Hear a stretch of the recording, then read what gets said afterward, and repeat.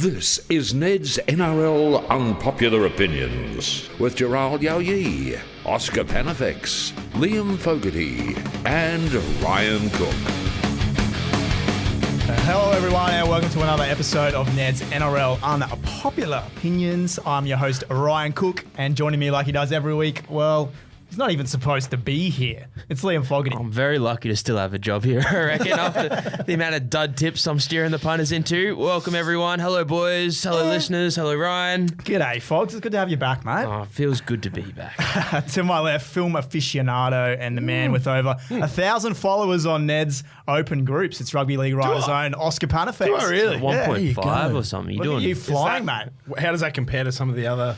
I think I'm at 1.9. I haven't put any tips up. But you're famous. Yeah. Doesn't count. I'll take. How many you got, Ryan? I will take I've literally. got 100. 100. 100. I think Yeah. I'm You're the best. I think I'm 1.6. So Okay, all right. it's going down after things to work on. duds. And finally, after coming up big on his own personal multi over the weekend, the biggest Jack Bird fan sitting at the table is Gerald Yoyi. I love the bird, man. Love me some birds, Dirty actually. bird? Just one at home, my wife, a bird at home. Yeah. Jesus Thanks for Christ. clarifying. Jesus Christ. Hope she doesn't listen to this episode for the 40th time. Fellas, happy Easter. Did the bunny deliver the goods? Oh, yeah. The bunnies did deliver the They goods. did. They certainly did. Stop it. I don't know if it was the goods, but it was enough. It was just good enough. Wasn't Yeah, it was. I didn't see them losing that one. I did. You did. You were very worried last week. Seen it in my dreams every You were very night worried since. last week, but they're off the mark. Off the mark. It's great. the It's nudie. great. Yeah, off the nudie run. Up and about. Boys, I'm pretty keen to get into some chat about the team sitting all square 2-2 on the ladder at the moment. We're going to kick it off with the Raiders, who managed to blow an 18-0 lead against the very understrength Sharks side on Saturday. I don't know if anyone caught Ricky Stewart's post-game interview. He was absolutely seething. He was not happy. He was not a happy man. He said there wasn't a single player on the park that gave a good effort. Look, are we starting to see... Someone tried to give Matt Timoko a shout out. I was like, he had a solid game. He's just like, don't fucking say that. No one had a solid game out there today. That was exactly it. So Oh, my funny. God. Look, do we think we're starting to see the real green machine emerge after a hot start to the season? No, I just think they got a bit complacent. I think you're allowed a few of those games a year. It's not the right way to do it, and we don't want to see that if you're a Raiders fan.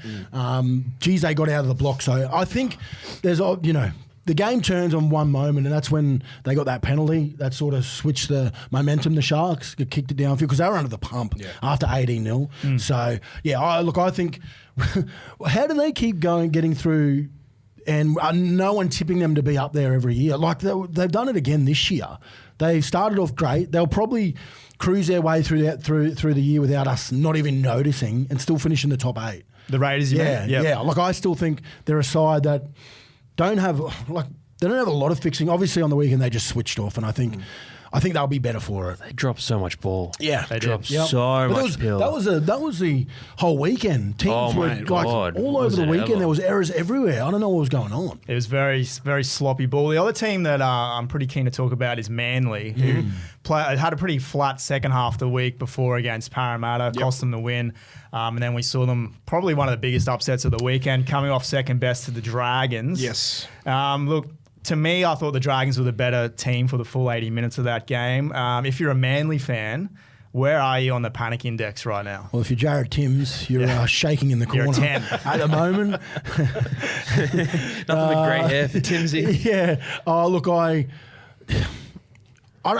still think they're a class act this year. I think they got a team that's going to go very far. I'd say Tom Trbojevic probably had one of his worst games. He had so many errors. He's actually leading the errors in the competition at the moment with 13, which is very unlike him. And they're unforced errors. Yeah, they're unforced errors. So, look, I just think maybe him getting back into the groove of playing footy again. He missed a lot of footy last year.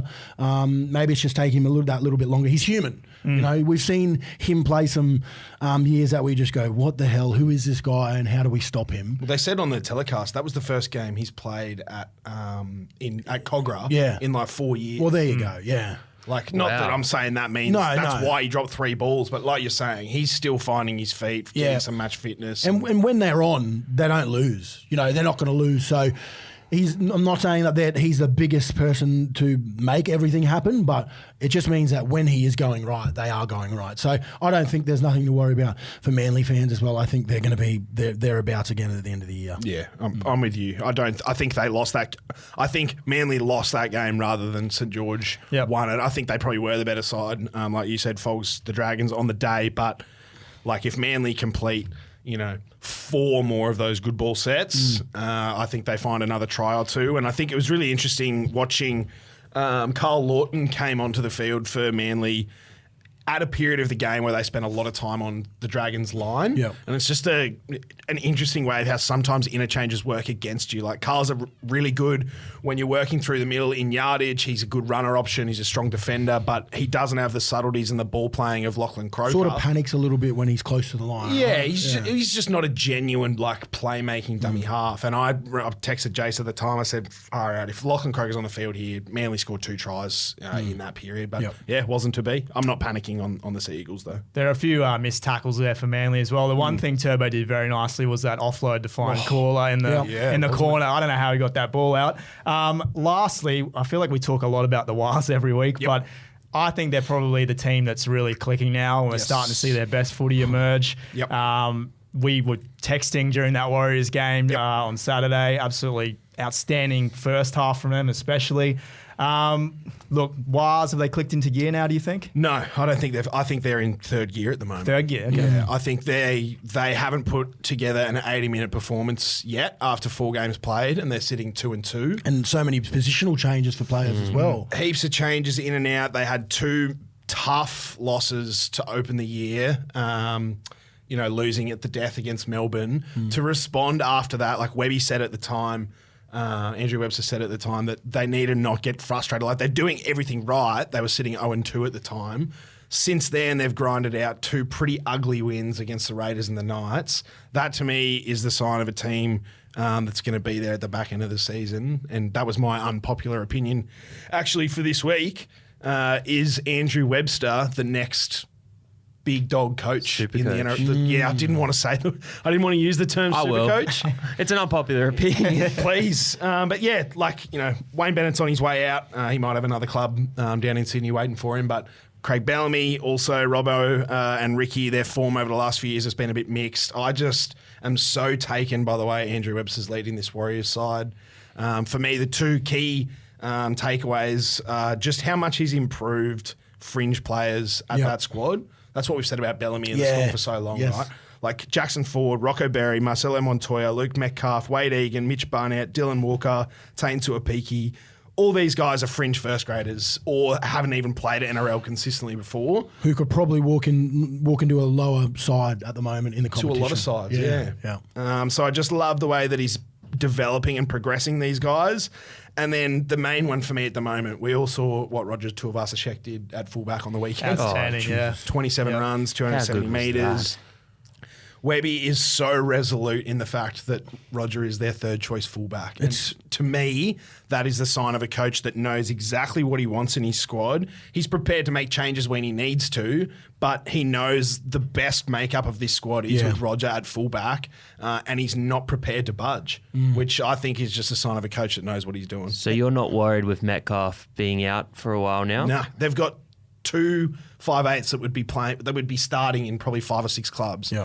Chanel Harris-DeVito or Tamati Martin, both. Either of them can come in and do a job comfortably. It's scary to think that we're talking about the Warriors like this. I mean, when we first started this podcast 3 years ago, they weren't even in the conversation. They were a footnote, weren't they? And you can go back and check the tape. It was a sympathy vote, eh? Yeah. You can honestly go back and check the tape. I remember us talking about it, saying that I never put them in a finals contentions or, talking about premierships. Yep. They're every week us talking about them in premierships right now, and it's really nice to see that a club like that has grown so much in a short amount of time. I thought it was a very versatile win from them on the weekend. They were very flat in the first 20 minutes, but then they really quickened things up, quicker play of the ball. But the other thing that hasn't really been spoken about is the fact that the only 2 tries they allowed were on basically perfect kicks from Newcastle. Yep. So their defensive effort has really flown under the radar. Big game for the Wars this weekend against your Rabbitohs on Saturday, Oscar. I guess the only knock on the Wars is that they've only beaten Newcastle and Canberra so far. So Yeah, but they could very easily have Melbourne scalp in their back yeah, pocket. that's as well, very couldn't true. they? Fogs, let's talk Broncos, mate. Any Let's do it. observations from Friday's derby win? Well, they just looked very refreshed, didn't they? I was a bit concerned given that we were missing a few boys and the Cowboys were undefeated, I'm pretty sure, before coming to that. But my God, did we stand up and belt those pricks from up north. In pouring rain, too. Yeah, pouring rain. Yeah, it was just a very good Friday, if pardon the pun. Yeah, very happy. And we go down to Melbourne this week, and we have a shocking record down there, but I think we're a decent chance, just quietly. Well, I think we had a shocking record last year. We just lost to them last year, I believe, down there in a tight one.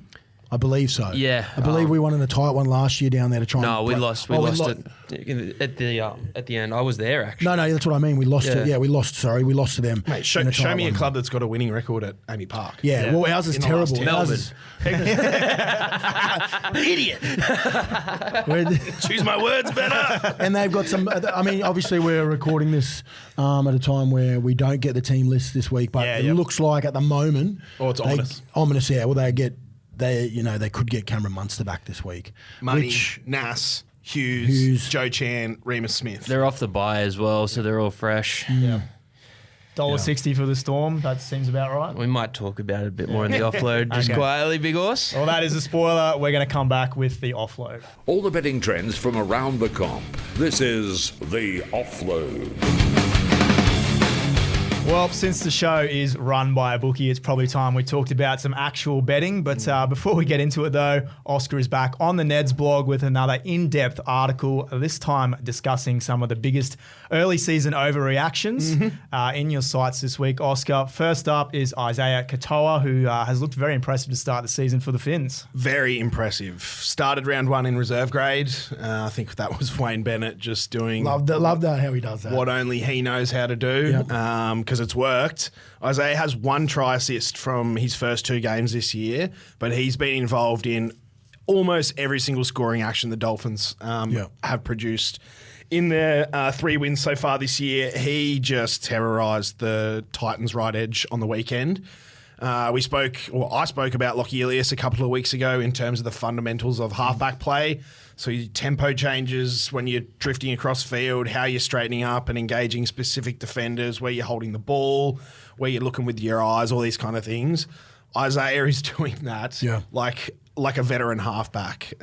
So, I'm really excited about the player that he's going to turn into. I think he's showing the signs of, he's playing like someone we'd expect, who's been in the NRL for 10 years. So, very excited for Isaiya Katoa and his season ahead. He pissed the Titans off something fierce on the weekend.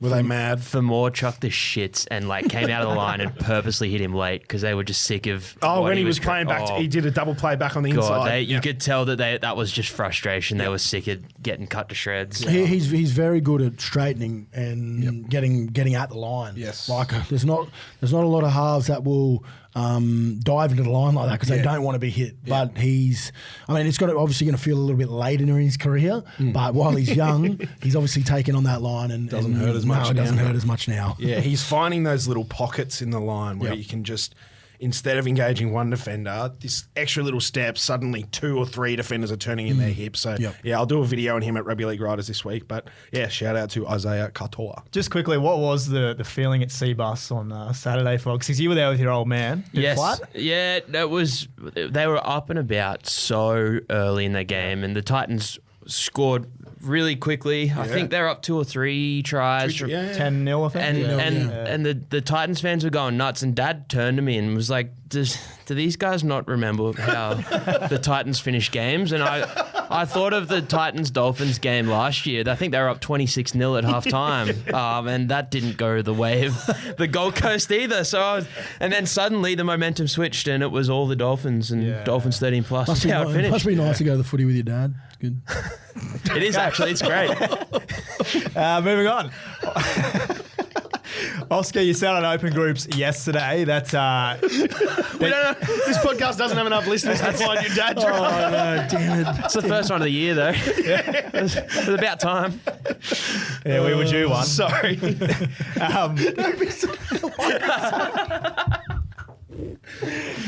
As we were. Oscar, you said on Open Groups yesterday you fancied the Tigers after a weekend of upsets, I should say. They held on for an hour bye against Parramatta. No Lockie Galvin going into this week's game, but you have some opinions on West. Yeah, well, I wrote this before they scraped home against Parramatta yesterday. But yeah, just really impressed by the Tigers. This time last year, I also wrote some overreactions, and this time last year it was that the Wests hadn't shown signs of improvement in areas where they really needed to. And the two key areas for me back 12 months ago was they weren't pushing up around Appy whenever he was jumping out around the ruck, and they didn't have enough control and composure in the halves. Well, to start this year, the reason they've banked 2 wins is because Appy's doing everything from dummy half and he's getting really good support from the players around him. And then we saw in round 4, Aiden Caesar taking some nice options, getting into good areas on the park to nail field goals and this kind of thing. And then a young man called Lachlan Galvin who can come up with a match-winning play as well. So, yeah, really impressed by the Tigers. I think finals football's probably still a couple of years away, but I've seen enough to be pretty confident that they're not going to be playing for a wooden spoon this year. You touched on at the start of the show that the Bunnies got their well overdue win. Yes, talking of wooden spoons. Yeah, go on. You've got a dot point segue, Ryan. Yeah, you've got a dot point down here that just says South's done. South's done. Yeah. Well, I just think if it wasn't my team, if I was watching Brisbane or Melbourne or Penrith start the year the way that Souths had, not just the 0-3, but the 1-3, but the way that they've been playing. Injuries. You got a few injuries. Yeah, there's injuries, but there's injuries everywhere. Like the Panthers still won without Cleary and Fish the other week. So I think if it was one of those clubs, I'd also be overreacting and saying that they were done. I think there's still... It's a long season ahead, but yeah, there are some concerns there at South Sydney for me, particularly the way our middle just crumbles as soon as Totola leaves the field.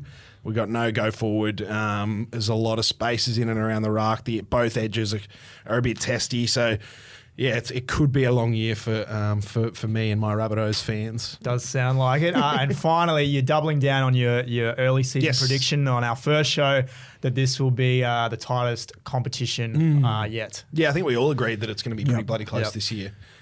Just the way that some of these results are playing out. We've talked about the number of momentum swings and upsets in games. I think the key takeaway in a lot of those big, game of two halves that we've seen is discipline, so penalties conceded, and completion rates. The teams that are completing below 70% are not winning games of football, which has always been a factor in rugby league. But I think just with how close the competition is at the moment, if you give your opposition enough opportunities in your half, they're going to score. Yep. And there's 3 teams right now, Warriors, Manly and Broncos, outside the top 8. I think we're all pretty confident they'll be there or thereabouts. And the way the season's going, there's probably another one down there that's ready to kick on as well. The fact that no team is undefeated after only round 4 says it all as well. Yep. Last week, Fogs and Oski both tipped us into the Phins 13 plus at pretty good value against No. Oh, you were against it. You were against it. Yeah, no, that was all Fogs. I said 1 to 12. You could have claimed that. No. Tanner Boyd missed 2 conversions. I wasn't going to let him claim that. No, fair. Okay, I stand corrected. The finger came out fast. Go back and have a look at the multi. Yeah. What happened there? Oscar, you also got Farnworth over the line on Neds Open Groups and Xavier Savage, I believe. Is that right? Yes. Yeah, we got Cooler as well, and Connor Tracy, I think we had... Oh, he was a late replacement for Blake Wilson. So Fogs, you had your own little multi get up, $5.78 on the Titans Phins game. Yeah, Phins 13 plus, and I had the hammer. I'm pretty sure. Yeah. Well, plenty to get into this week. I'll let you boys take it away with the offload. Yeah, all right. So let's start with that Thursday night game, Oscar. Storm v Broncos. Bronx have lost their last 7 at Amy Park. The last win in Victoria was 2016. Whoa. They're 3-11 at Amy Park all up. The historic data is against them, but after what we saw last week, Bronx at 235, are they a chance? I give this Broncos side a chance every week the way they're playing at the moment. Blew North Queensland off the park last week with some key guys missing. Talk about Souths having guys missing. Reece Walsh and Payne Haas are 2 of the best in their position, still got the job done. Even in that loss against Penrith we talked about last week.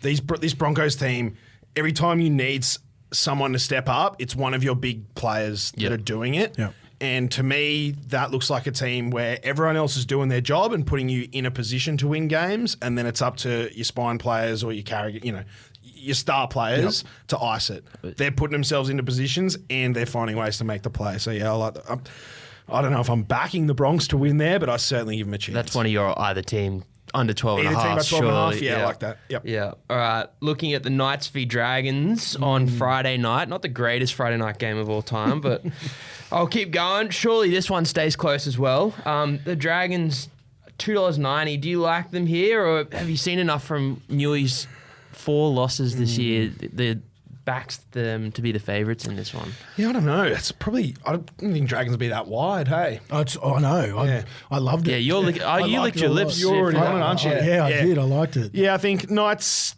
they could have won against the Warriors last week. Just their execution, I think they're still working things out. Jack Cogger, 2 games in, and that number 7 jumper. I think they really need to get Jaden Brayley back on the field for longer at 9. Yep. Phoenix Crossland did a hell of a job last year, but I think the time of Phoenix trying really hard is probably... I think the Knights need a little bit more than him at the moment. Their attack looked a lot better with Brayley on in that last 20 minutes of that game. The Dragons probably didn't deserve to beat Manly, we talked about last week, but they found a way to get the job done. Yeah, I probably like Dragons 1-12 in that game. That'd be a very good price, just quietly, I think. I'll have to have a look at that. Dolphins v Tigers. This is the first time in club history the Phins are top of the table. They look good up there. What, 2 wins and a bye? Yep. Not bad. I'll take it. 3 wins. Sorry. Wayne 2 liked it wins as well in his interview. What did he say? Was he smiling? Yeah, he was smiling. When someone said you're provisional top of the ladder at the moment, he was like, "Oh, really? Didn't know that." Bullshit. You knew. He did a little dance or something in the sheds, I think. I saw. was he dancing? Yeah, I've seen a lot of dances when there's no He'd have a cameras couple of around. moves. Look, do the Dolphins keep the good times rolling, or are the Benji's Tigers? They have all the momentum at the moment. I think 2 things working against the Tigers in this matchup. The first is a 5-day turnaround after a really tough game against Parramatta where they did a lot of defensive work. Yep. And then the second one, obviously, Lachlan Galvin will be suspended for 2 weeks, unfortunately.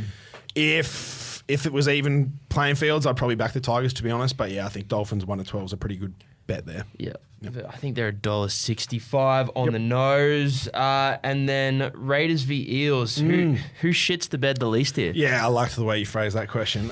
Raiders definitely shit the bed last week. Did the Eels shit the bed, or are they just not as good as we think they are this year?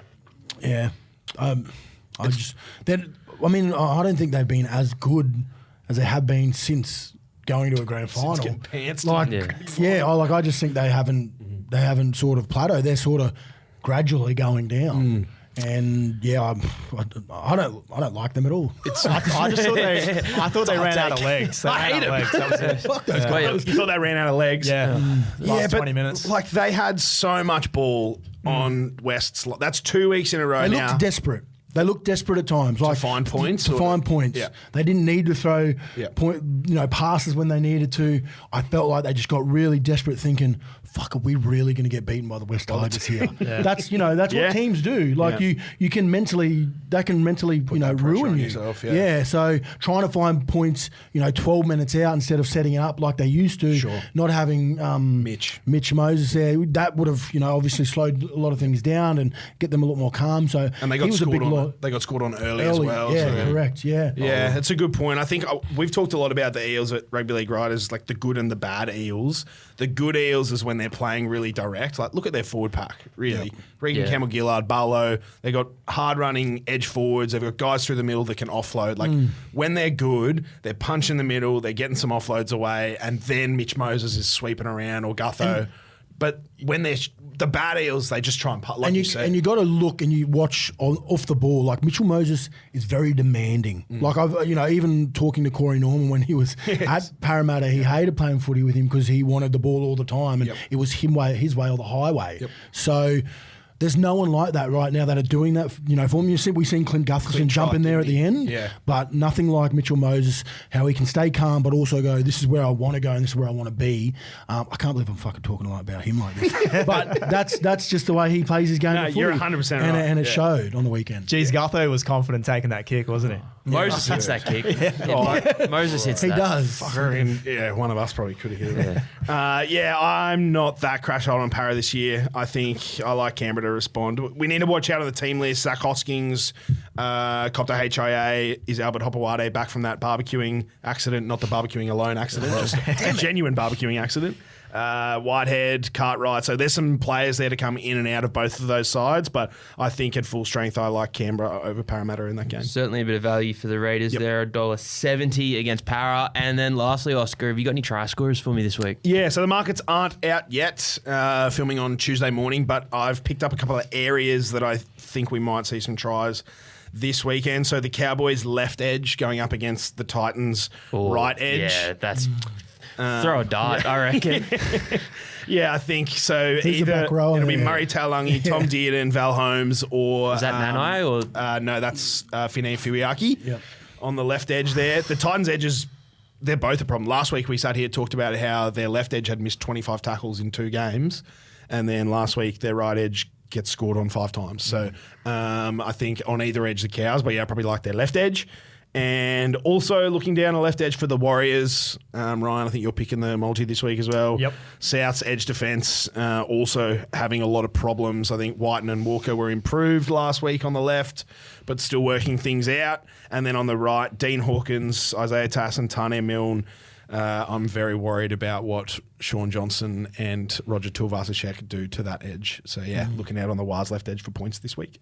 You can find all of Oscar and Fogg's and Gerald's bets on Ned's open groups, and you can My find... first shout out because I got some green ticks. You out. did, yeah. You've been flying, actually. And you can find all of Oscar's analysis on rugbyleagueriders.com. When we come back, we're going to have Fogg's Fast 5 with a bit of a twist this week. Who decided to give him his own segments? It's time for Fogg's Fast 5. Well, last week, Foggs, you detailed what the world was like last time the Rabbitohs were 0-3, way back in 2008. This week, we're going to turn it over to the boys to our left. Take it away with what you've set for them. Yeah, it's too early in the morning for me to be funny this week, boys. I haven't thought of anything. Been funny? So I thought I'd milk your talent, your milk us? expertise. Yeah. Please, I didn't do nothing on the weekend. So what we're going to do this week, boys, is we're going to have a draft. If you've seen some of the content we've done, Carlton draft. you're going to go back and forth. And this week, you boys are going to build a back line, so 1 to 5, using current form in the league. Ooh, Tasty. jeez. Okay. Were you with me here? Yep. So, Jarrell, you won more games at Suncorp than Oscar. So, I was wondering which start you had a lot to choose from. Yeah, that's a good one. Jarrell, so you don't have to go. You don't have to start with your fullback. Just I'm going to start with my fullback. Yeah. I'm going Reece Walsh. yeah. Yeah. All right. There we go. Well, I feel like there's a trick to this. Something's going to happen. Oh, it's back. Yeah, right. Okay. What are you going to stitch us up with here? Anyway, let's just Okay, I will take. Can I take round 3, Tom Trbojevic, instead of round 4? No, I'll take Ryan Pappenhausen. At fullback. Yep. It's nice. Nice. I'm going to go one of my wingers straight out of the block, and I'm going to go Dallin. I'm panicking here already. I can feel These it. are 2 good picks from Gerald. Very, very strong. I am rattled. It's a very, very handsome backline you're assembling here. I will take Brian on one of the stings. There we Very go. small back line, anyway. Yeah, I'm just picking him after me. One of the centres, I'm going to go Roger Tuivasa-Sheck. Very nice. This is a very handsome team you're building. Yeah, thank you. I'll put Trell Mitt in one of my centres, please. Ooh, really? Interesting. Brother, What's that? what's that, brother? I'm going to go my other centre. I'm going to go Selwyn Cobbo. Yeah, I like that. I like that a lot. All right. So, I wish you'd give me more time to think about it. I would have stayed up. If you sent me this yesterday, I would not have slept. I thought about this an hour ago. You've got a center and a winger to go. Right now, I'm going to put Isaac Tongo out there in my other centre. Center? Yeah. Very nice. All right. And Jarrell, a winger. Yeah, I'm going to go Coatsy. Yeah. Xavier Coates. Yeah, that's lit. Lit. So what's the punchline here, Foggs? Hold on, he's got to Hang finish. on. Hold on, there's one more left. One more left. Who the hell am I putting on my other sting? I don't know, but I have a fucking gun, so Do they have to be? I'm stoked. I think you've won this draft. I think I'm stoked with this. Do they have to be playing wing at the moment, or can I put anyone out there? No, they've got to be playing wing. I will take the great and powerful Tane Mill. No, I won't. No. Wow. You just said they're out to win the spoon and you want to Rabbitohs win. God, I'm literally mental blanking right now. I'd go if I was you. This would be good. I'd actually go Zach Lomax. He's actually leading. He has been playing very He's well. actually gun at the moment. Oh man. That was going to be my other pick if I didn't. You've rattled him. Yeah. You know why? Because I'm taking he actually too long, should win this. Like, statistic-wise, he would know. I'll just more. get. No, I'm going to put Joseph Suali'i in on my There team. we go. All right. So to recap that, punters. This is weird. I'm not happy with my Gerald's back line is at fullback. He has Reece Walsh. Yeah. In the wings, he has Dallin Watene-Zelezniak and Xavier Coates. In his centres, he has Roger Tuivasa-Sheck and Roger Tuivasa-Sheck and Selwyn Cobbo. And Oscar, fullback, you have Ryan Pappenhausen. You've got To'o and Suali'i on your wings. And you've got Latrell and Isaac Tongo in your centres. That'll be very close to the New South Wales backline this year. There we go. All right. Surely they get one up this week. It's the NRL Podcast Multi. Boys, I have some bad news. The AFL multi got up last week. No, I was hoping we weren't going to talk about this. Yeah. Fuck. Paying $16. So we got a lift here. It was a darboard bet too. I love how he's saying we've got to when he's tipped 50% of that AFL multi. Well, winners are winners. Man. Oh, that's why you wanted to bring it Yeah. up. I want both shows to elevate, you know? So last week, I them tipped guys. Souths to win versus the Dogs. Nice. Tick. JYY, you came home the very next night. Broncos to win well versus the seen. Cowboys. Tick. Fogs, you can detail what happened from there. So I think Oscar's leg was either team by 12.5, Titans, Dolphins. Yep. You and I both had bad beats, I believe. Yeah, and then Jeez, you threw under the bus as well. He was no, about to get it's his. about time. I deserve that. I had the champagne on ice because I had the Raiders to win and they were up 18 zip. And then it was 6 again, and that 6 again was 6 unanswered tries. Something very close, and the Sharks got up over the Raiders. So that's 2-2 once again. Yeah. Unlucky, I'd say. So the record stands, Oscar, you're slipping a bit here, mate. I am. 2-3. Yep. JYY and myself at 3-2. Fogs, you're 1-4, mate. I know. 1-4. Shout out. Sydney's realist. You were their exact demographic. I am. I really am. I'm not welcome in Mount Druitt at the moment, though, after I pissed off all those Panthers fans. Gerald, you're leading us off in the multi this week. Yeah, I've gone with something that might be a bit contentious to people, but I just think with a short turnaround, they've travelled from New Zealand.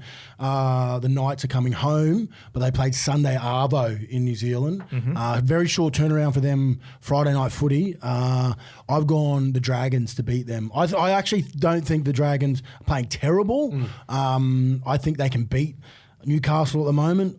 I don't know. Newcastle are just, I don't know what's happening to them.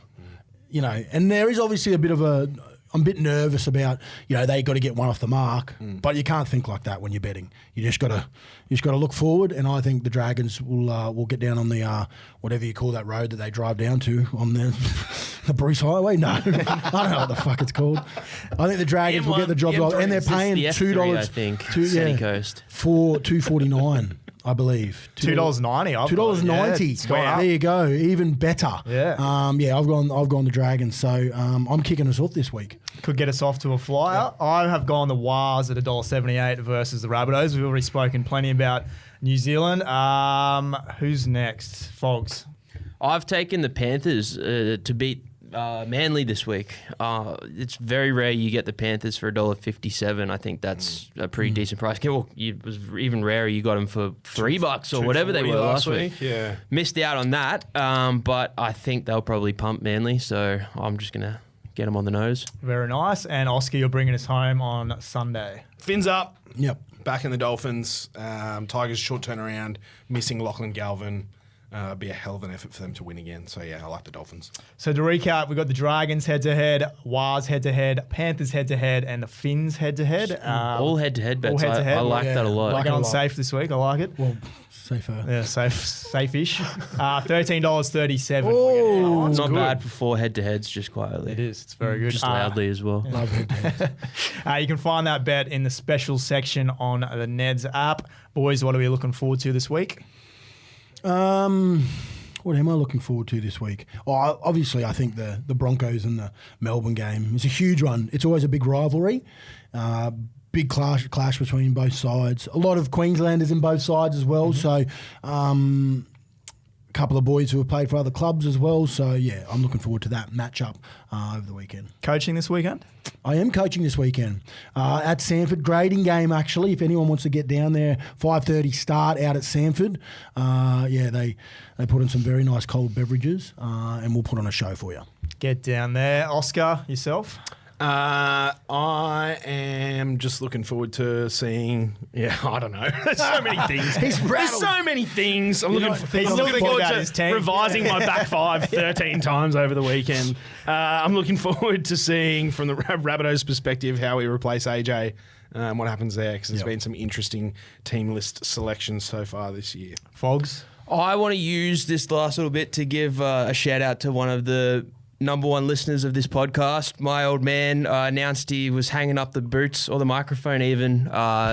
He's not doing any more volleyball commentary. And he's been very big in the beach volleyball, indoor volleyball scene over the last 30 years. And I wanted to give him a shout out because I know... I can understand Is that Jamal? No, Jamal's... yeah. Was it his brother? No. I got to look at the family tree again. I think it's his first cousin. I can understand why he took up volleyball, though. Yeah. Great watch. Exactly. Great sport. So, yeah, shout out to you, Dad.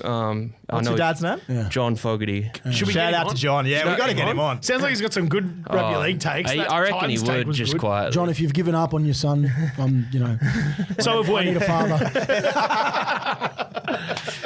Oh, very good. All right. Thanks, gents. Great show as always. We will be back next week. Thanks for listening to Ned's NRL Unpopular Opinions. Enjoyed the podcast? Remember to like, subscribe, and rate the show wherever you get your podcasts.